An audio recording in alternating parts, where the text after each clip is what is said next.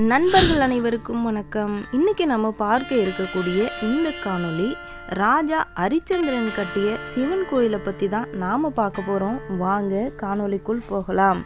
ராஜா ஹரிச்சந்திரன் கதையை நாம் போன காணொளியில் பார்த்துருப்போம். இந்த காணொளியில் ஹரிச்சந்திரன் கட்டிய கோயிலை பற்றி தான் பார்க்க போகிறோம். பீகார் மாநிலத்தில் ரோக்தாஸ் என்ற சிறிய நகரம் இருக்குது. அங்கே தான் இந்த சிவன் ஆலயம் அமைந்திருக்கு. இந்த ரோக்தாஸ் என்ற நகரம் சோன் நதி பள்ளத்தாக்கில் இருக்குது.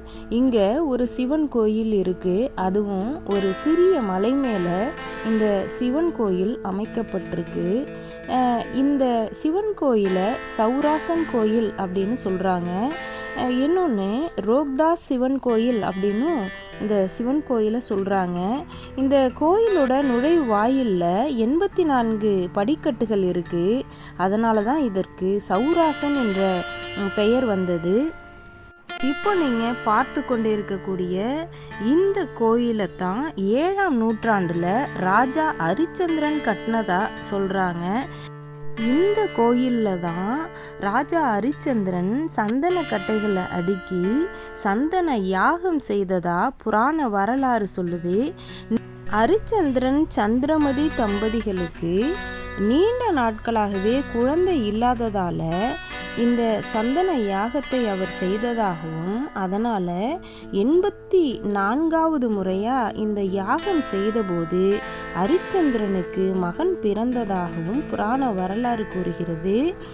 சிவனுடைய அருளால் பிறந்த ஹரிச்சந்திரனுடைய மகனின் பெயர் ரோக்திஷ்வா என்ற லோகிதாசன். இந்த சிவாலயமானது யாகம் செய்த சந்தன சாம்பலின் மேல் கட்டப்பட்டுள்ளது. மூலவராக சிவன் லிங்காரூபமாக காட்சியளிக்கிறார். மலையின் கீழ் பார்வதி தேவிக்கும் ஒரு சந்நிதி அமைந்துள்ளது. தற்போது இந்த கோயிலின் மேல் பகுதி சிதிலமடைந்து விட்டது. இருப்பினும் வழிபாடுகள் நடைபெற்றுதான் வருகின்றன. இந்த கோயிலுக்கு மேல் செல்ல 84 படிக்கட்டுகள் அமைக்கப்பட்டுள்ளன.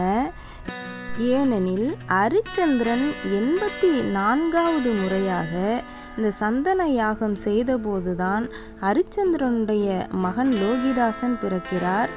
அதை சுட்டிக்காட்டவே இங்கு 84 படிக்கட்டுகள் அமைக்கப்பட்டுள்ளன.